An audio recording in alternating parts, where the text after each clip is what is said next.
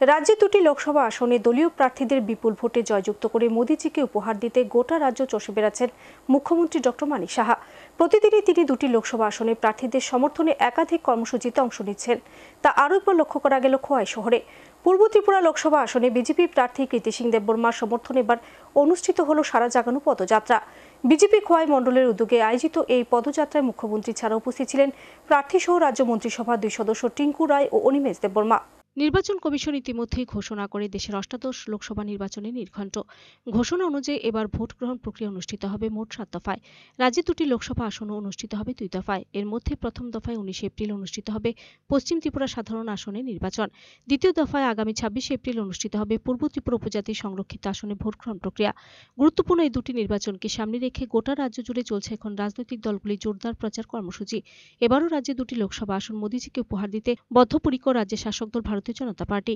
আর সেই লক্ষ্যে দলীয় প্রার্থীদের সমর্থনে চলছে এখন জোরদার প্রচার। খোদ রাজ্যের মুখ্যমন্ত্রী ডক্টর মানিক সাহা প্রতিদিন একাধিক নির্বাচনী প্রচার কর্মসূচিতে নিজেকে নিয়োজিত করছেন। মঙ্গলবার খোয়াই শহরে পূর্ব ত্রিপুরা সংরক্ষিত আসনে বিজেপি মনোনীত প্রার্থী কৃতি সিং দেববর্মার সমর্থনে অনুষ্ঠিত হল সারা জাগানো পদযাত্রা। বিজেপি খোয়াই মণ্ডলের উদ্যোগে আয়োজিত এদিনের এই পদযাত্রায় অংশ নেন মুখ্যমন্ত্রী। এছাড়াও ছিলেন এই কেন্দ্রে মনোনীত প্রার্থী কৃতি সিং দেববর্মা, রাজ্য মন্ত্রিসভা 2 সদস্য টিঙ্কু রায়, অনিমেষ দেববর্মা, বিজেপি খোয়াই মণ্ডল সভাপতি সুব্রত মজুমদার সহ অনেকে। পদযাত্রাটি বিজেপি খোয়াই মণ্ডল কার্যালয় থেকে বের হয়ে শহরের বিভিন্ন পথ পরিক্রমা করে।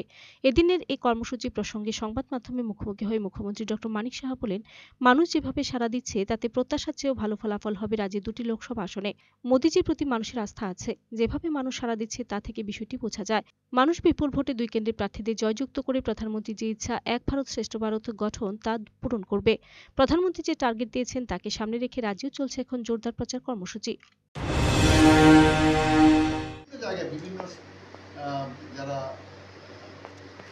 বিভিন্ন সাবজেক্টের সাথে জড়িত, যারা কাজে বিভিন্ন ধরনের কর্মচারী থেকে আরম্ভ করে যুব ব্যবসায়ী, ইন্টেলেকচুয়াল সবাই কিন্তু আমাদের প্রতি প্রধানমন্ত্রীজির উপর একটা আস্থা আছে।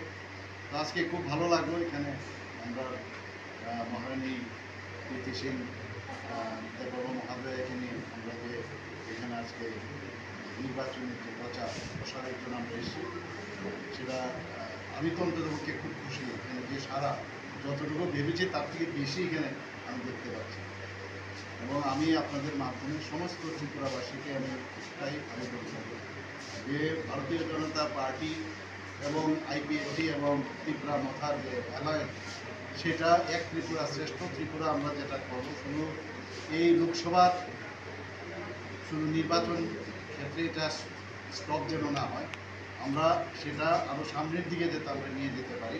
এবং মানুষ চাইছে যে ত্রিপুরাতে একটা শান্তি স্থাপন হোক, আমাদের শান্তিতে থাকতে চায় সবাই।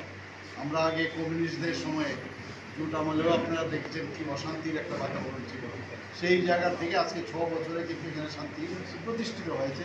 সেটাকে আরও দৃঢ়ভাবে জাতি জনজাতি মিলে আমরা যাতে সামনের দিকে এগিয়ে যেতে পারি, সেটা সমস্ত ত্রিপুরাবাসীকে আমি বলবো যে আমাদের পূর্ব আসনে মহারানী কৃতি সিং দেববর্মা মহাদয়াকে, এবং পশ্চিম আসনে আমাদের প্রাক্তন মুখ্যমন্ত্রী এবং আমাদের রাজ্যসভার সদস্য শ্রী বিপ্লব কুমার দেবজি দাঁড়িয়েছেন পদ্মচিহ্নে, এবং আশা করি যে সব মানুষ এই 2 ক্যান্ডিডেটকে এই ত্রিপুরার থেকে জিতিয়ে প্রধানমন্ত্রীর যে ইচ্ছা যে এক ভারত শ্রেষ্ঠ ভারত সেটা তৈরি করা, সেটা নিশ্চয়ই।